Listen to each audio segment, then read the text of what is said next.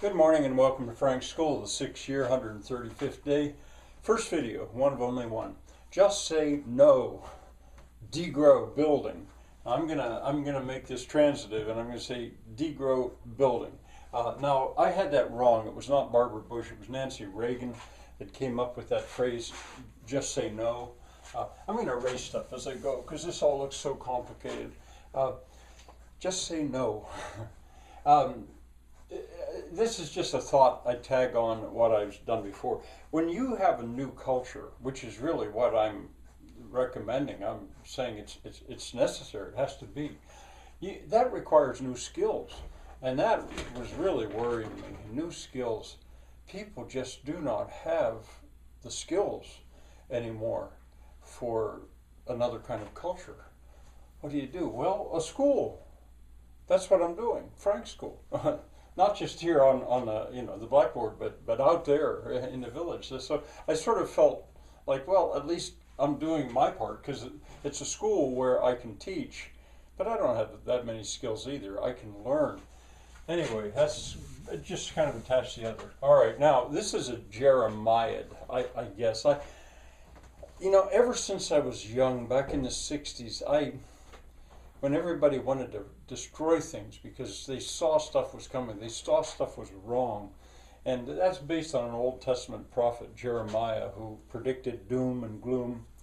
Well, this is going to be, I suppose, a bit like a Jeremiah.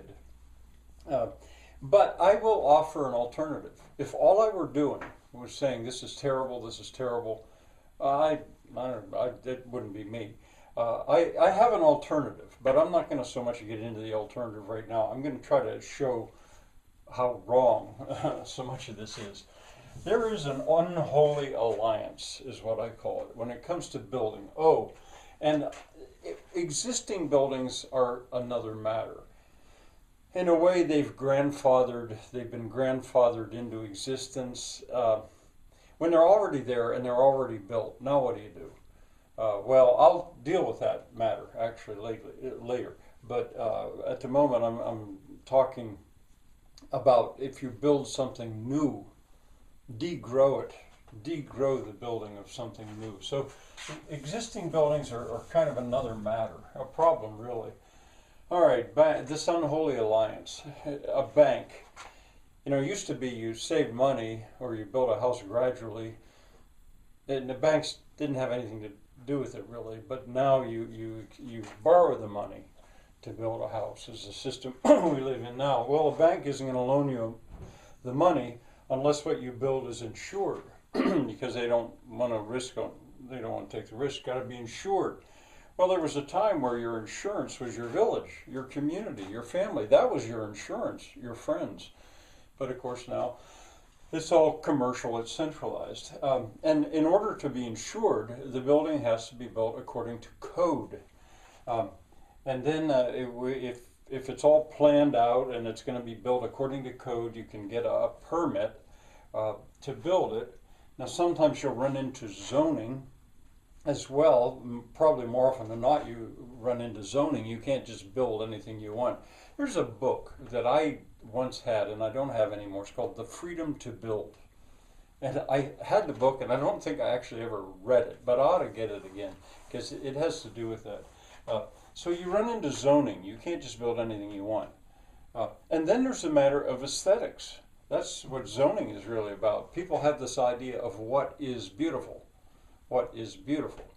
And you're driven by that. Well, the trouble with all of this is it makes alternatives almost impossible. There's only one way to do things, practically speaking, unless you're really rich and you can hire a structural engineer and an architect to design something new and go through all that enormous expense. So it's basically frozen construction. New construction in the world I'm around in. If I set out and I wanted to build a house, and I know people who have done that, it's kind of like an unholy alliance. Now, in Darwinian terms, that is a suicidal position to be in.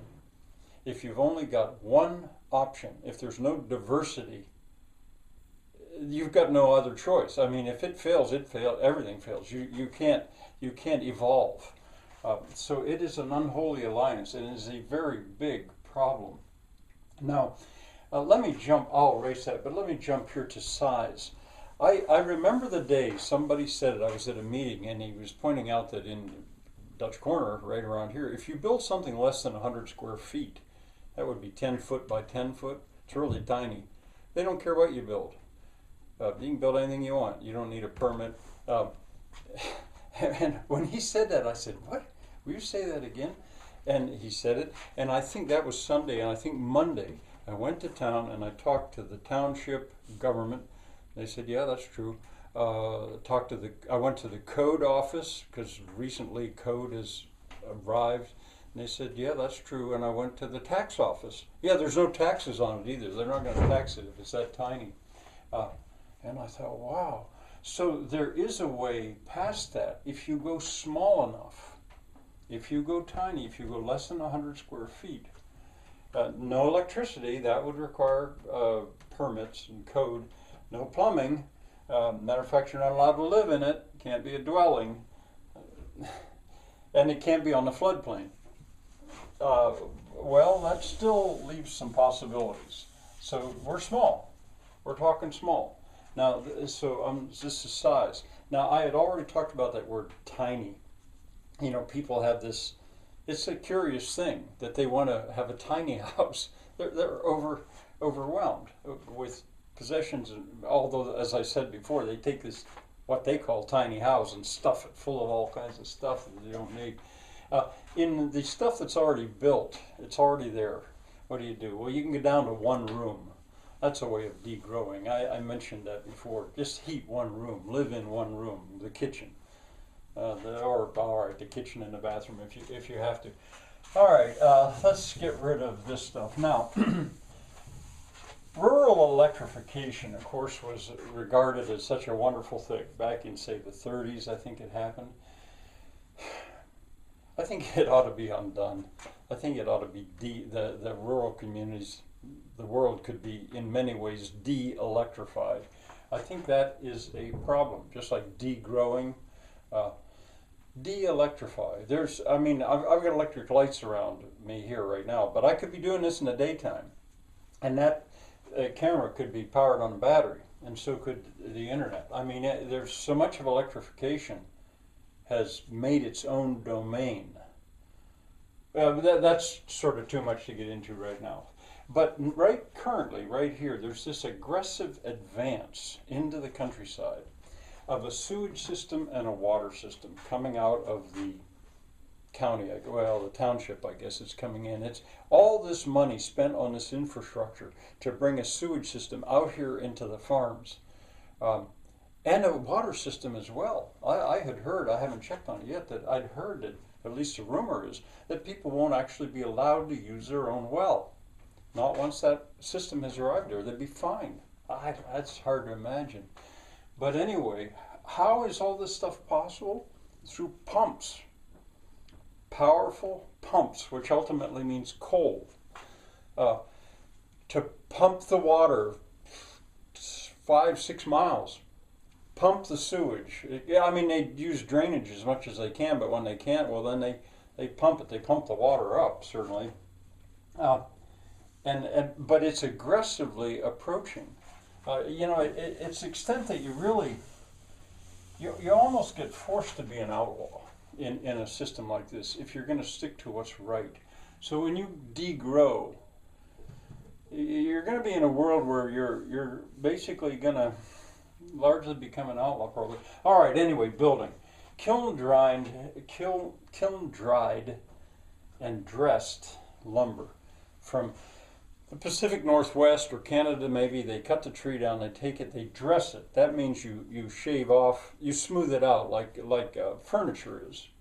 Well, yeah, here, it probably even says on here, kiln dried or something. You dress it so it's not rough sawn anymore. You plane it down. So a 2x4 is called that. It is a 1.5 by 3.5 now. So a ½ inch on every side. That's, well, no, I guess 1/4 inch on every side. Has been shaved away in order to make it smooth. And then it's kiln dry all the water out of it. Why? Well, why can't it dry in the house? Well, my modern carpenters wouldn't know what to do with that. And the reason is, I'll jump to it right now. They think about wood not like wood. What you do is you use one side as your finished side and let the other side run wild.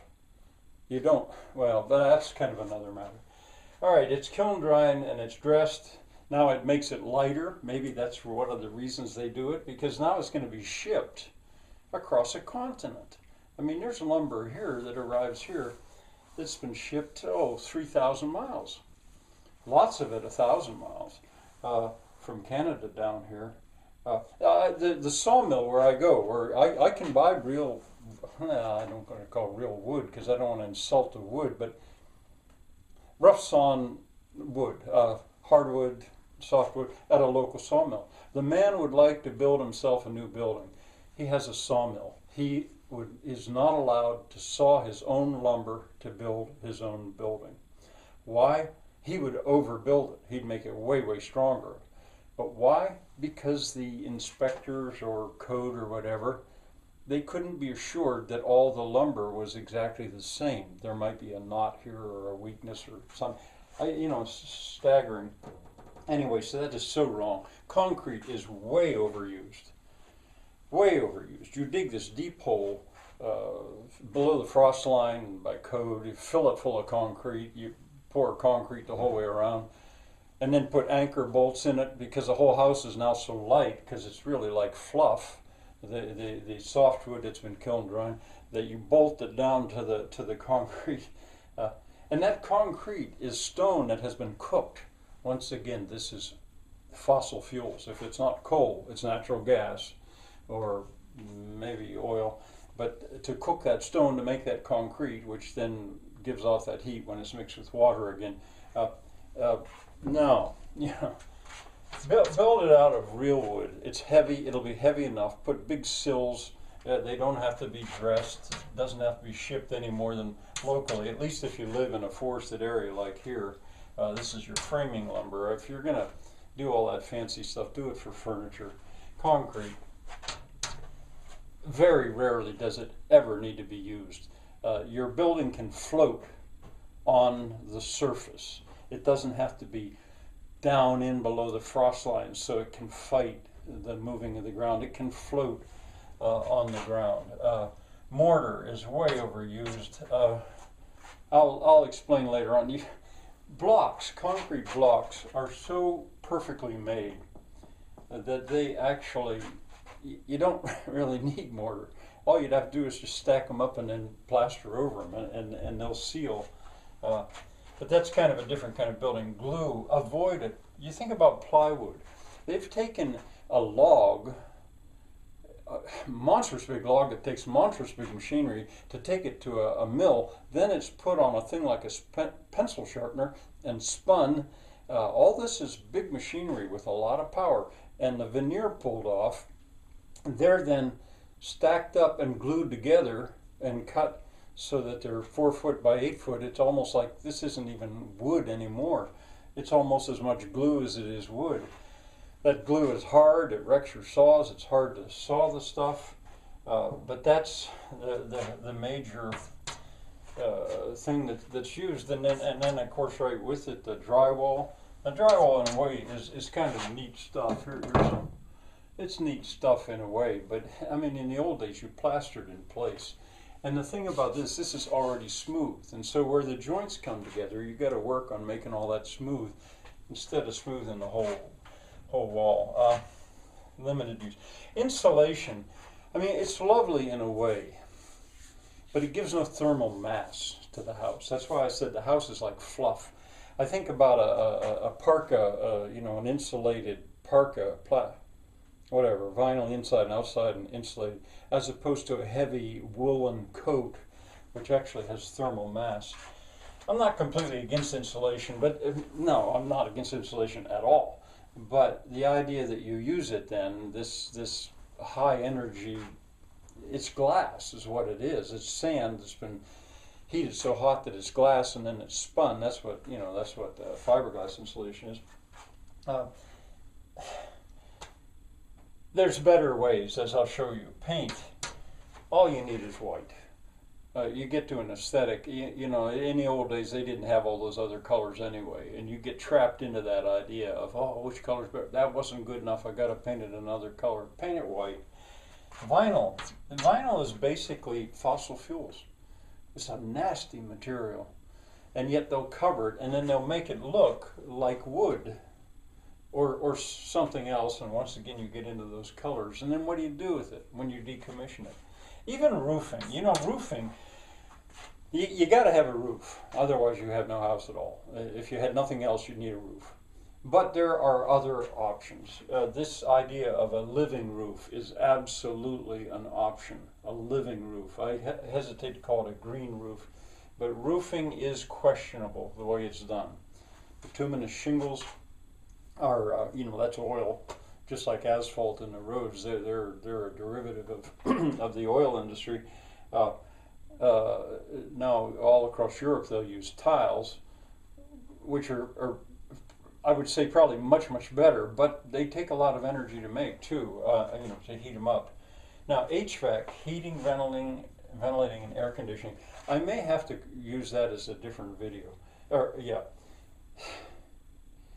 But there is so much that is so wrong about that. And more than anything else, I would say it's the way air is circulated in a house. Instead of doing what it wants to do, get warm in the center, go up and go down the outside walls, get warmed in the center, that's the way the air wants to flow. They use electricity, fans, not even to mention the pumps, but to force it to go up the outside walls and then gathered in the middle and force it up the outside walls so your whole house is an even temperature. It's a completely different way of thinking. It's the so your warm air is against your cold walls. And the house is not built to the difference between the thermal mass of a masonry heater in the center of a house as opposed to warm air that just cools down again. Well, I've gone fast. I'll stop now. Bye for now.